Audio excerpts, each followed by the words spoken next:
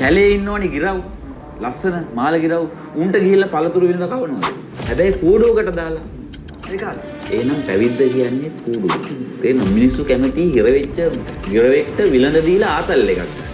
ඉතින් මිනිස්සු කරන්නේ මේ ජීවරයාස හිර වෙලා ඉන්නේ උන්ට කණ්ඩ දීලා ඒකෙන් උන් යැපෙන එක. විශ්වබුද්ධ මෙතන කියන්නේ රැඩිකල් මතයක්. නමුත් මනෝවිද්‍යාව තියෙනවා කන්සෙප්ට් එකක් the identifiable victim effect කියන. මේ කන්සෙප්ට් එකෙන් කියන්නේ මිනිස්සු ගොඩක් කැමති ආර්ථික වශයෙන් හිර වුණු, සීමා වුණු, නිදහසක් නැති, සමාජීය වශයෙන් දුර්වල, කිසිම හවුහරණක් නැති, ශක්තියක් නැති, කාගෙන්වත් උදව්වක් නැති මේ වගේ අයට උදව් කරන්න ප්‍රදානයන් කරන්න. මොකද එතකොට ඒගොල්ලන්ට හිතෙනවා අපි ඒගොල්ලන්ට වඩා වාසනාවන්තයි. අපිට ඒගොල්ලන්ට වඩා ශක්තියක් තියෙනවා. අපිට ඒගොල්ලන්ව කන්ට්‍රෝල් කරන්න පුළුවන්.